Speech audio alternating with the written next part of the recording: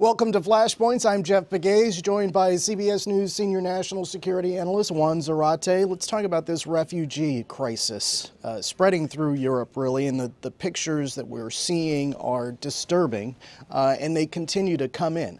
How does this situation resolve itself?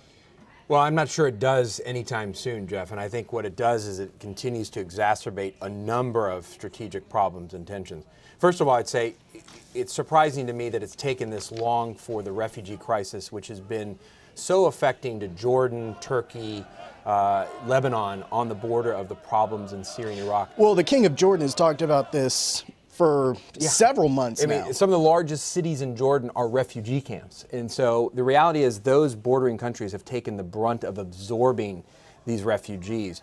The reality is now this is overflow. It's overflow from Syria, it's overflow from conflicts in Libya. We're even seeing those coming from Iraq and Afghanistan. Europe is on the doorstep of this problem. We've said it all along, that it was only a matter of time before these problems would begin to affect. We've talked about it in the context of terrorism. Now we're talking about it in the context of refugees and humanitarian crisis. You asked the question, how does this get resolved? Well, first of all, you've got to deal with the humanity and the problem of the refugees themselves. You have to find ways of helping these people. And so Europe is going through this major debate about how to distribute the refugees, how those costs will be borne, with a lot of debate internally within Europe. And now, as well, in the U.S., whether or not the numbers of refugees the U.S. takes will be upped, and whether or not the screening process, which is taking so long, will be accelerated. Well, let's talk about the number of refugees that the U.S. can take. There is increasing pressure on the U.S. to do more in that area. Is it going to be a number in the tens of thousands? How high is that number going to go, and how will that play here at home? Well, the number you're starting to see is moving upwards to 18,000, 20,000. Which in per capita terms is incredibly modest and meek, and in terms of the number of refugees, we're talking about millions of people displaced, is really modest. How is that going to play domestically? It's an interesting question, because I think one of the concerns that you've heard raised, and is an important one, is we can't simply open the floodgates, because we've seen in the past that among refugee populations from places like Iraq, you've had terrorist supporters and terrorist operatives. That's happened in Kentucky in the context of some Iraqi refugees and others. So there's a security concern that's at play. So you don't want to short circuit that.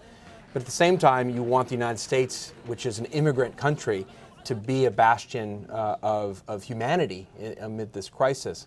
I think that a broader question too, Jeff, is we've got to solve the Syria problem here. I mean, at a certain point, we have to realize that the source of this problem is the greatest humanitarian catastrophe of the 21st century. You know, hundreds of thousands slaughtered, millions displaced, complete chaos and atrocities, extremism on the rise. So the question is, what happens there? And, you know, from the United States, you're not seeing leadership or a real solution. Not to suggest it's easy or that there's one that's readily available. But one option that's been raised by folks like Dennis Ross, who served in the Obama administration, and others, is now is the time to create a safe zone in Syria itself, using Turkish forces and air power, U.S. forces and air power, Jordanian capabilities, to create a safe zone so the refugees don't feel like they have to go anywhere else, and creating that in Syria. That has complications. Keep ISIS out, keep al-Qaeda out. How do you deal with Russian and Iranian forces? All these things are complicated. But you've got to deal with the source of the problem, because it's not going to get any better. For Juan, I'm Jeff, and that is Flashpoints.